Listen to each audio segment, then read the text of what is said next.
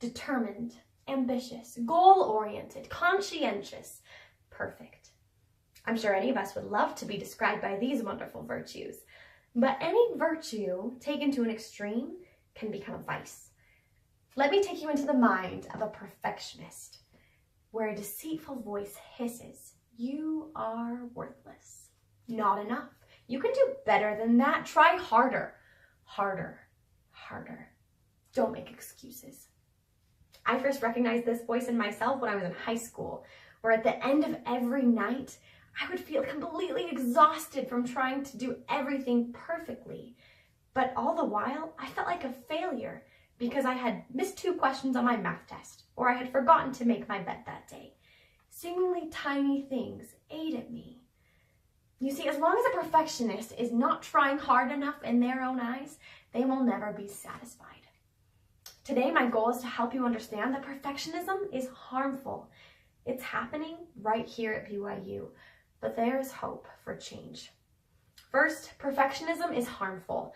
Dr. Paul Hewitt, a psychologist who has studied perfectionism for over 20 years, tells a story of one of his patients, a depressed university student who was convinced he needed to get an A+ in a particular course. How many of us are currently feeling this way with finals upon us? The student studied hard and aced the class, but when Hewitt saw him afterward, he was even more depressed and suicidal than before.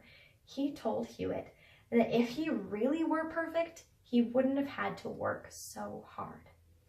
With traits of perfectionists including all or nothing thinking, extreme procrastination, self-destructive thoughts, even in the presence of accomplishment, it's no wonder that perfectionism has been shown to lead to depression, anxiety, obsessive-compulsive disorders, and eating disorders, among other things.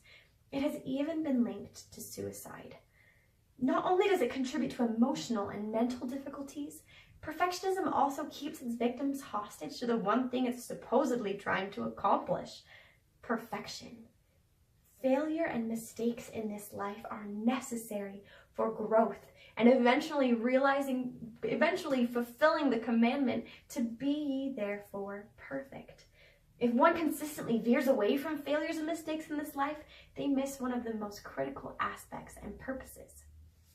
When looking at this issue in this gospel perspective, it's surprising to think that perfectionism could run so rampant at a place like BYU, but it is common here. So common, in fact, that President Cecil L. Samuelson thought it important to address this topic in a devotional. After talking about issues with slothfulness and honor code violations, he expressed that equally concerning to me is the rather common problem of perfectionism. It is corrosive and destructive. It is the antithesis of the healthy quest for eventual perfection the Savior prescribes. Recently, in one of my religion classes, our professor started out his lesson having us text into a program that would anonymously show our responses to this question: what are you struggling with right now? I was amazed at the number of responses that sounded something like this: I am just not good enough. I fall so far short. I will never measure up. These types of responses came from over half of my 200 student class. And I would not be surprised if a larger percentage of the BYU student body struggled with these same self-destructive thoughts. If you're struggling with perfectionism and these self-destructive thoughts, please know you're not alone and that there are tools to help. I love the Counseling and Psychological Services office here at BYU. Dr. Derek Greiner of this office suggests a few ways to help with perfectionism. First, to challenge all or nothing thinking. He says when we motivate ourselves with absolutes, I should, I have to, I must, need to, emotional consequence is feeling guilt.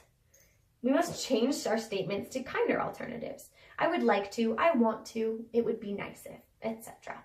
Second, we must speak kinder to ourselves. Speak as if we are a 5-year-old. If little 5-year-old you were to make a mistake, you wouldn't tell them they're worthless. No. So why do we speak that way to ourselves as adults? Third, we must allow ourselves to be human. Challenge the thoughts that you must be perfectly happy all the time and do everything at 100%. This perfectionistic lie keeps us from realizing who we truly are, human. Perfectionism is harmful. It is here at BYU.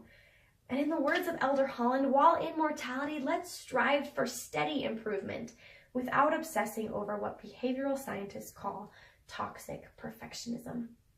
And please always remember, there is hope for change. Thank you.